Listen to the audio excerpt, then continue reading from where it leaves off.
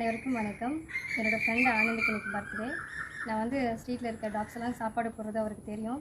குழந்தைங்களுக்கு வந்து இன்றைக்கி அவர் பர்த்டேனால குழந்தைங்களுக்கு வந்து கான்ட்ரிபியூட் பண்ணியிருக்காங்க.